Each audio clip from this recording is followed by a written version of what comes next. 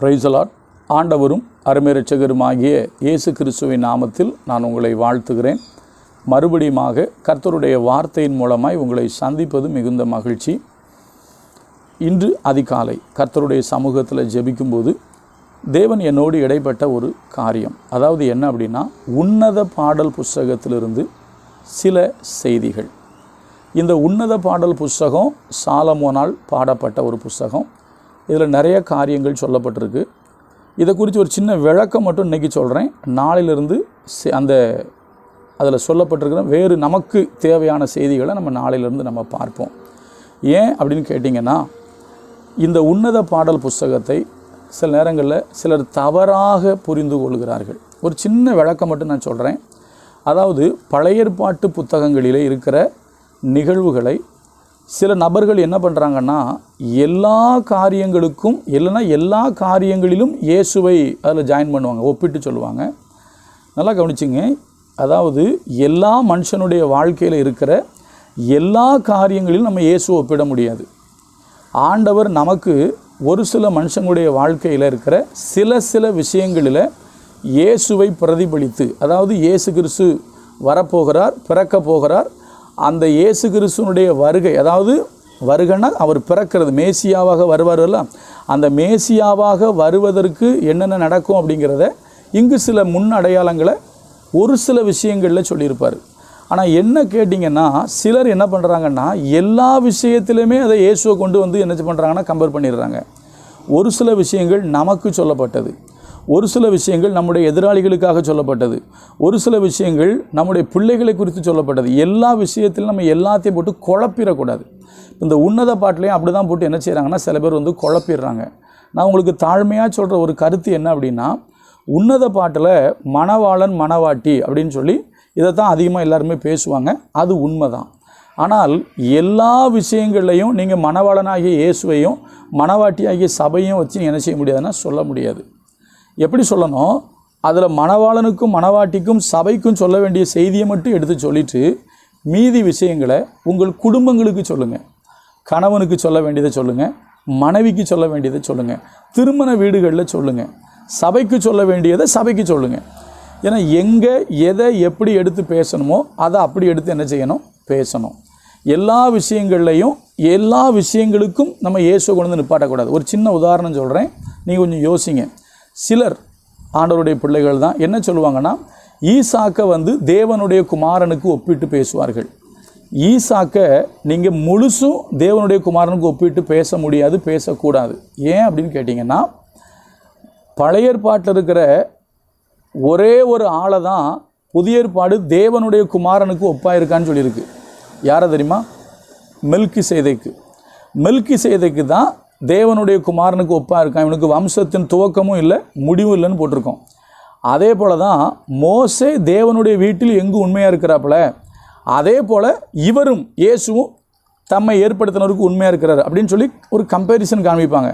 ஆனால் ஆண்டவரை நம்ம ரொம்ப அதிகப்படியாக தேவையில்லாமல் மற்ற பழைய ஏற்பாட்டை உள்ள மக்களோடு ஒப்பிட்டு பேசி குழப்பத்தை என்ன செய்யக்கூடாதுன்னா வருவிக்கக்கூடாது. ஒரு சில நிகழ்வுகள் இயேசு கிறிஸ்து மெசியாவாக வருவதற்கு நிழலாக இருக்கும். அது என்னங்கிறத நிதானமாக பகுத்து சரியாக போதித்தோம் அப்படின்னா குழப்பம் வராது. சரியா? நான் இன்றைக்கி ஒரு அறிமுக உரை சொல்கிறேன். இப்போ நீங்கள் பார்த்தீங்கன்னா, இந்த உன்னத பாடல் புஸ்தகத்தில் நிறைய பேர் சம்மந்தப்பட்டிருக்காங்க. யாரெல்லாம் அப்படின்னா, சாலமோன், சூலமித்தினுடைய குடும்பத்தார், அதேபோல் காவலாளிகள், அதே போல் தோழிகள், இப்படி நிறைய பேர் அதில் என்ன செய்கிறாங்க, சம்மந்தப்பட்டிருக்காங்க. இதை நீங்கள் கொஞ்சம் ஆழ்ந்து உட்கார்ந்து படித்தாதான் அது உங்களுக்கு என்ன செய்யும், விளங்கும். சரியா? அதே போல் இன்னொன்று சொல்கிறேன். பைபிளில் நீங்கள் பார்த்தீங்கன்னா, எஸ்தர் புத்தகத்தில் ஒரு இடத்துல கூட கர்த்தர்னு இருக்காது, தேவன் என்ன செய்யாது இருக்காது. அதே போல் உன்னத பாடல் புஸ்தகத்திலையும் ஒரு இடத்துல கூட கர்த்தருங்கிற வார்த்தை என்ன செய்யாது இருக்காது, தேவனுங்கிற வார்த்தையும் இருக்காது. சரியா? அதற்காக இது வந்து தேவையில்லாத புத்தகம், தயவுசெய்து தப்பாக நினச்சிடாதீங்க. இது நமக்கு தேவையான புத்தகம் தான். தேவையான புத்தகங்கிறதுனால தான் ஆண்டவர் நமக்கு என்ன பண்ணியிருக்கிறாருன்னா கொடுத்துருக்கிறார். நான் இன்னொரு சின்ன விளக்கத்தை கொடுத்துறேன். பழைய ஏற்பாடு புதிய ஏற்பாடு ஒரு சின்ன விளக்கம் கொடுத்துட்றேன். சில பேர் ஏன்னா இப்போ கூட சமீபத்தில் கூட ஒருத்தங்க வந்து வேதத்தை குறித்து சரியான புரிதல் இல்லாமல் பேசினதா நான் ஒரு வீடியோ பார்த்தேன். கொஞ்சம் கவனிங்க, இதை தெளிவாக புரிஞ்சுக்கிடுங்க. பைபிள் மிக தெளிவானது, எந்த குழப்பமும் இல்லாதது. இதை நீங்கள் ஒழுங்காக படிச்சிங்கன்னா உங்களுக்கு புரியும். சரியா? இன்னொன்று சொல்கிறேன், சுத்தம் உள்ளவர்களுக்கு சகலமும் சுத்தமாக இருக்கும். ஏன்னா பைபிளில் எல்லாமே சில விஷயங்கள் ஓப்பனாக சொல்லப்பட்டிருக்கும். அதனால் சில பேர் என்ன இப்படி சொல்லப்பட்டிருக்கும்பாங்க. நான் ஒரு விஷயம் சொல்லட்டுமா? நீங்கள் ஒரு டாக்டர்கிட்ட போனீங்க அப்படின்னா எல்லாத்தையும் ஓப்பனாக தான் சொல்லணும். சரிங்களா? மருத்துவ படிப்பு படிச்சிங்கன்னா மனுஷனுடைய பாடியில் இருக்கிற எல்லாத்தையுமே, அது நமக்கு சில விஷயங்கள் சொல்கிறதுக்கு ஒரு மாதிரி இருக்கும், டாக்டர்கிட்ட அப்படி சொல்ல முடியாது, நர்ஸுக்கிட்ட அப்படி சொல்ல முடியாது. சரிங்களா? அதனால் பைபிளில் மனுஷனுடைய அங்க அவயவங்கள் உச்சி முதல் உள்ளங்கால் வரைக்கும் மனுஷனுடைய வாழ்வு சகலமும் இங்கு சொல்லப்பட்டிருக்கு. அது தப்பு கிடையாது. அது நம்ம எப்படி வாழணும், இப்படிப்பட்ட தப்பு நீ செய்யாத அப்படின்னு சொல்கிறதுக்காக சொல்லியிருக்கோம். இப்போ டாக்டர்கிட்ட போய் நம்முடைய சில நேரத்தில் நம்ம மறைத்து வைக்கக்கூடிய சில உறுப்புகளை டாக்டர்கிட்ட போய் காட்டுற மாதிரி இருக்கும். அதுக்கு என்ன செய்ய முடியும்? அது அதே இது பாவம் செஞ்சால் தப்பு, இன்னொரு நபர்கிட்ட காட்டினா அது தப்பு. ஒரு பக்கம் பார்த்தா அதுக்கு பேர் குற்றமே, அது சட்டப்படி குற்றமே வந்துடும்.